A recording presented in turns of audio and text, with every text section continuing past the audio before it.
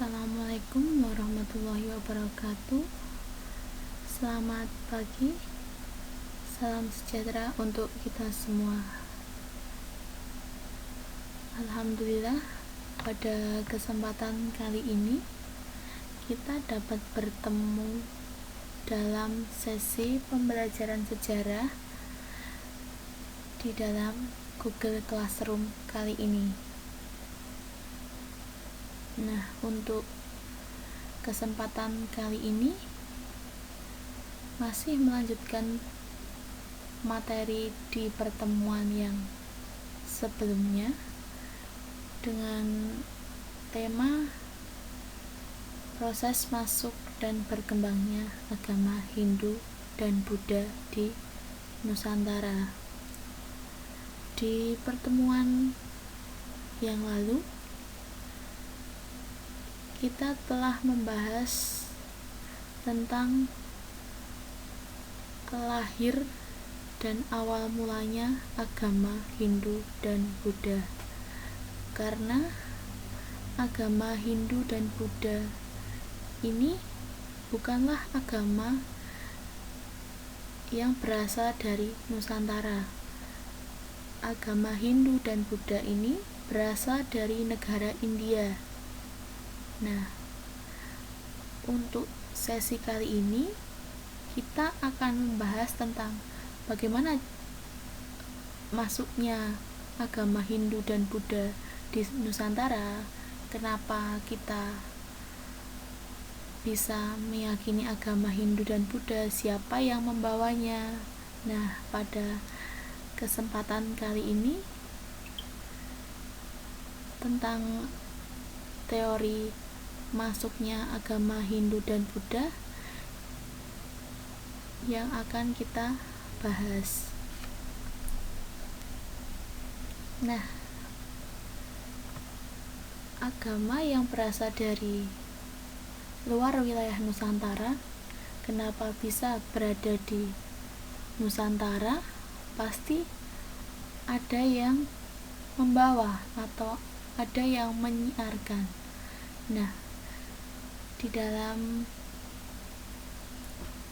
proses penyiaran agama Hindu dan Buddha ini bisa diklasifikasikan menjadi 5 teori masuknya agama Hindu dan Buddha di Nusantara. Yang pertama, teori Waisa, yang kedua teori Sutra, yang ketiga teori Ksatria, yang keempat teori Brahmana, dan yang kelima adalah teori arus balik. Nah, di sini Ibu membagi menjadi 2 klasifikasi besar tentang teori masuknya agama Hindu dan Buddha. Yang pertama, di pasif.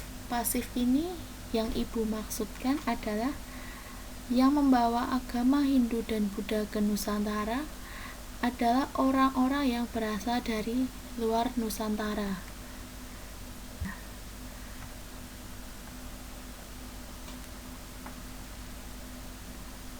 Untuk yang pertama, yaitu teori Waisa.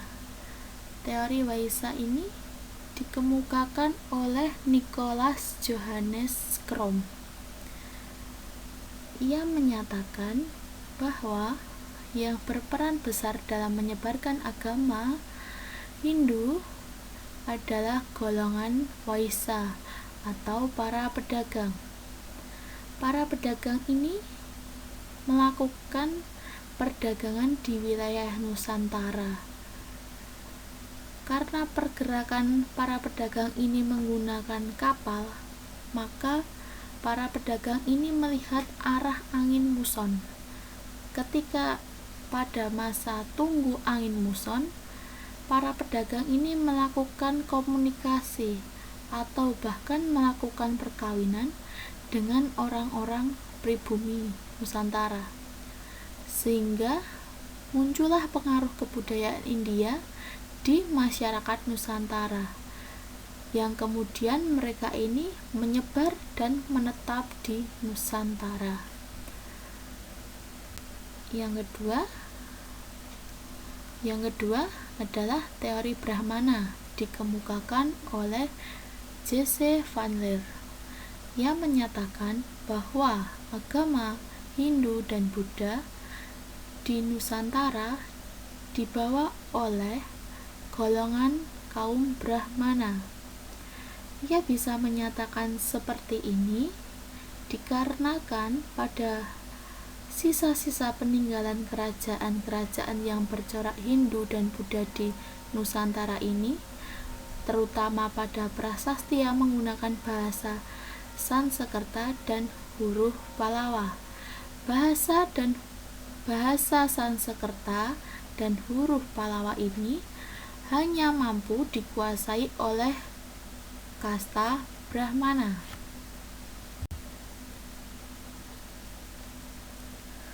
Untuk teori yang selanjutnya adalah teori kesatria, dikemukakan oleh Saunders dan Mukherjee, yang menyatakan bahwa agama Hindu dan Buddha bisa menyebar sampai ke Nusantara karena dibawa oleh para prajurit India. Para prajurit ini diduga melarikan diri dari India dan mendirikan kerajaan-kerajaan di Nusantara. Namun, teori ini tidak memiliki bukti yang cukup kuat karena belum adanya ahli arkeologi yang dapat menemukan bukti-bukti menunjukkan adanya ekspansi dari prajurit India ini ke Nusantara. Teori yang keempat adalah teori Sudra, dikemukakan oleh von Van Vep. Ia menyatakan bahwa agama Hindu bisa sampai di Nusantara karena dibawa oleh orang-orang India yang berkasta Sudra. Alasannya, orang-orang berkasta Sudra ini dianggap sebagai orang-orang buangan dan hanya hidup sebagai budak, sehingga orang-orang ini melarikan diri ke Nusantara dengan harapan untuk mengubah hidupnya agar mereka bisa hidup lebih baik di Nusantara daripada di India. Nah, orang-orang ini yang lari ke Nusantara ini otomatis mengajarkan agama Hindu dan Buddha di Nusantara. Nah, untuk proses masuknya ini dengan keaktifan orang-orang yang berasal dari dalam pribumi ini, maka muncullah dari keaktifan masyarakat pribumi ini, maka muncullah teori arus balik yang dikemukakan oleh Bosch. Ia menyatakan bahwa yang menyebarkan agama Hindu di Nusantara adalah orang kelompok masyarakat Nusantara sendiri, karena orang Nusantara berkunjung ke India dan mempelajari agama Hindu. Setelah menyelesaikan pelajarannya, mereka kembali ke Nusantara dan akhirnya menyebarkan agama yang telah didapatkan kepada masyarakat luas. Nah, dari penjabaran sebelumnya sudah dijelaskan bagaimana proses masuknya agama Hindu dan Buddha di Nusantara. Nah, ketika suatu ajaran masuk ke dalam suatu kehidupan masyarakat, pastinya akan memiliki dampak di masyarakat yang dituju tersebut. Nah, ini akan saya bagi dalam beberapa kategori. Untuk kategori yang pertama adalah agama. Sebelum agama Hindu dan Buddha masuk ke Nusantara, kepercayaan yang dianut oleh orang-orang Nusantara adalah animisme dan dinamisme. Tapi setelah adanya agama Hindu dan Buddha masuk ke Nusantara, kepercayaan ini tidak ditinggalkan begitu saja, tetapi telah terjadi percampuran di antara keduanya. Meskipun antara ajaran yang sebelumnya dan ajaran Hindu dan Buddha dicampurkan. Hal ini bisa dilihat dari pemujaan dewa-dewa dan roh-roh nenek moyang.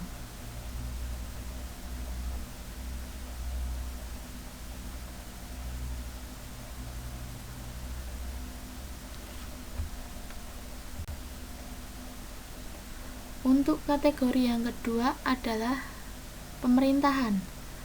Seiring masuknya pengaruh India ke Nusantara, muncullah sistem pemerintahan berbentuk kerajaan. Sebelumnya, sistem pemerintahan di Nusantara menggunakan sistem kesukuan, yaitu dengan prinsip primus inter pares. Nah, setelah masuknya pengaruh India ini, kemudian muncullah sistem kerajaan yang memberikan kekuasaan secara turun-temurun pada keluarganya.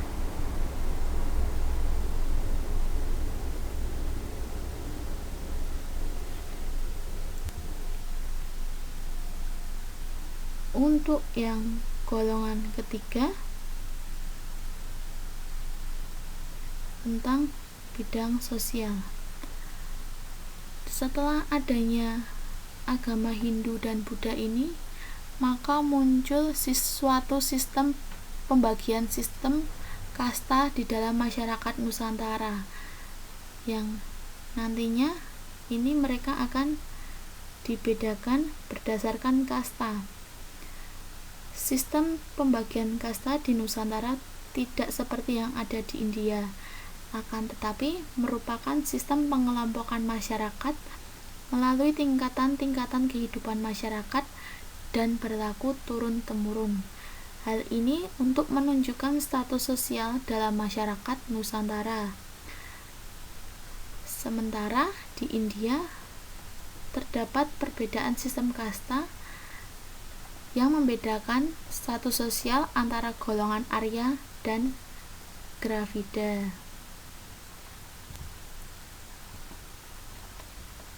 Untuk kategori kesenian, ini bisa terbagi dalam menjadi 4 substansi. Yang pertama, seni bangunan, yakni adanya bangunan candi Hindu dan candi Buddha yang banyak ditemukan di Nusantara. Dasar pembangunan candi sendiri berasal dari zaman Megalitikum, sehingga candi-candi yang ada di Nusantara memiliki bentuk bangunan yang megah serta punden berundak seperti yang tampak pada Candi Borobudur. Yang kedua, seni rupa. Seni lukis yang masuk ke Nusantara berkembang ditandai dengan ditemukannya patung Buddha berlanggam Gandhara di kota Bangunkutai. Untuk yang ketiga, seni sastra. Seni sastra banyak kita jumpai dalam prasasti-prasasti serta kitab-kitab sastra. Banyak prasasti di Nusantara ini menggunakan bahasa Sanskerta. Bahkan kitab-kitab sastra zaman Hindu dominan menggunakan bahasa Sanskerta dengan bertuliskan huruf Pallawa. Di seni pertunjukan dapat kita lihat sampai saat ini adanya cerita Mahabharata dan Ramayana dengan berbagai penambahan sehingga tidak sama persis dengan apa yang ada di India. Untuk kategori yang kelima, bahasa. Sebelum masuknya agama Hindu dan Buddha di Nusantara ini, orang-orang di Nusantara masih memasuki zaman praaksara, yakni zaman di mana manusia belum mengenal tulisan. Bukti selama ini yang ada di Nusantara pertama kali ditemukan abad ke-5, yakni pada prasasti Yupa, peninggalan kerajaan Kutai. pada prasasti ini menggunakan huruf Pallawa dan bahasa Sanskerta yang merupakan huruf dan bahasa yang berasal dari India. Kategori yang terakhir, sistem pengkalenderan. Nah, pengaruh dari sistem yang diadopsi dari India ini yaitu penggunaan kalender dengan menggunakan tahun Saka. Nah, seperti yang sudah Ibu jelaskan dari awal tadi, dapat kita ulang kembali bahwa teori masuknya agama Hindu dan Buddha ada 5. Yang pertama, teori Waisa yang dibawa oleh para pedagang. Yang kedua, teori Brahmana yang dibawa oleh para Brahmana. Yang ketiga, teori Ksatria yang dibawa oleh para prajurit. Yang keempat, teori Sudra yaitu orang-orang buangan. Dan yang kelima, teori arus balik. Nah, dengan masuknya agama Hindu dan Buddha ke Nusantara ini pastilah memberikan dampak di masyarakat pribumi. Yang pertama, adanya agama Hindu dan Buddha. Yang kedua, adanya kerajaan-kerajaan yang berbasis agama Hindu dan Buddha. Yang ketiga, adanya bahasa Sanskerta dengan menggunakan huruf Pallawa. Yang keempat, di dalam seni muncullah bangunan-bangunan dan karya sastra dan pertunjukan yang mengarah atau berkiblat dari negara India. Yang kelima, adanya pengkalenderan dengan menggunakan tahun Saka. Nah, demikian pembelajaran sejarah untuk kelas 10 IPS 1. Untuk pertemuan yang selanjutnya, Ibu minta kepada anak-anakku semua untuk membagi diri di dalam beberapa kelompok. Nah, di dalam kelompok tersebut minimal 3 orang. Di dalam kelompok ini, Ibu harapkan kalian membahas satu kerajaan yang menganut boleh agama Hindu, boleh agama Buddha, asal tidak sama kerajaannya. Nah, setelah kalian membagi diri sesuai kelompoknya itu, mulai pertemuan yang ketiga minggu depan, maka presentasi dilakukan di Google Classroom ini. Demikian pengumuman dari Ibu. Terima kasih untuk atensi anak-anakku semua. Semoga kita selalu sehat sehingga kita dapat melakukan aktivitas dan tetap menjaga diri kalian. Semoga wabah COVID Corona ini lekas usai dan kita dapat melakukan pembelajaran di sekolah. Mohon maaf apabila Ibu dalam penyampaian materi pada pagi ini banyak kesalahan atau yang nantinya masih kurang jelas, bisa dapat ditanyakan. Terima kasih. Assalamualaikum warahmatullahi wabarakatuh.